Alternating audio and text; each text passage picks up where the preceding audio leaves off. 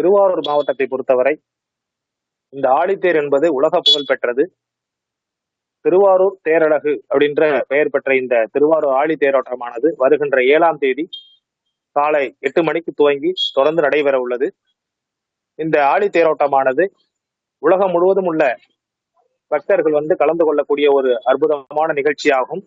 இந்த உலக புகழ் பெற்ற விளங்கும் ஆழி தேரானது 96 அடி உயரம், 350 டன் எடை கொண்ட திருவாரூர் ஆழி தேர் எப்பொழுதும் சாதாரண சித்திரை மாதம் நடத்தி கொண்டிருந்தார்கள்.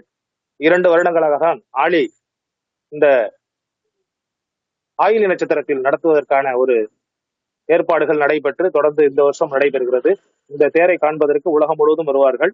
இது 350 டன் எடை கொண்டது.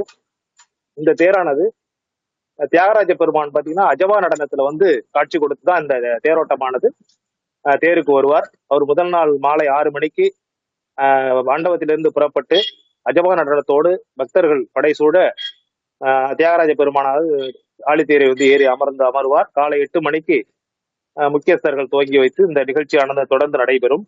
அதே போல இந்த நிகழ்ச்சி 400க்கும் மேற்பட்ட கலை நியமிக்கப்பட்ட சிற்பங்களும் எண்கோண வடிவில் காணும் வடிவமைப்பும் ஆழித்தேர் சிறப்பை எடுத்துரைக்கிறது. இது 96 அடி உயரம், 350 டன் எடை கொண்ட இந்த பிரம்மாண்டமான ஆழித்தேரானது 4 வீதிகளையும் வரும்பொழுது லட்சக்கணக்கான பக்தர்கள் கொண்டு இழுப்பார்கள்.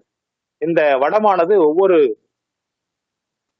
நூலும் பாத்தீங்கன்னா வெயிட் தூக்க முடியாத அளவுக்கு இருக்கும். அதுல அதே மாதிரி பாத்தீங்கன்னா தேருக்கு முன்புறம் பார்த்தீங்கன்னா 4 வேதங்கள் அடிப்படையாக கொண்ட பிரம்மாண்டமான 4 குதிரைகள் கட்டப்பட்டிருக்கும்.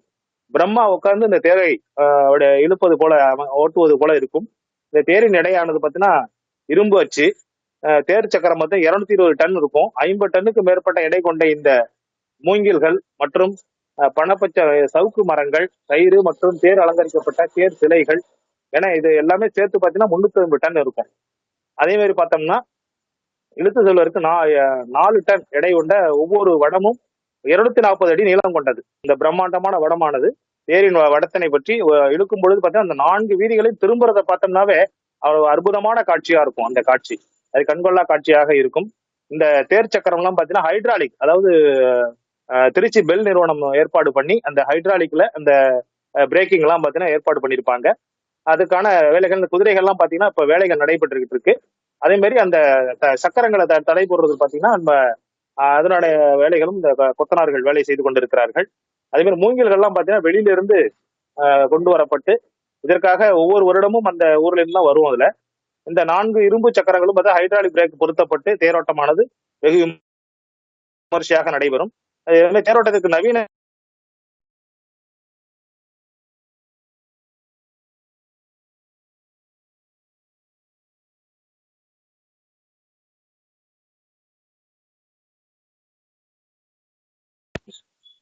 நான்கு தேர் அதோட சாமியோட வரும். அதாவது காலைல 6 மணிக்கு விநாயகர்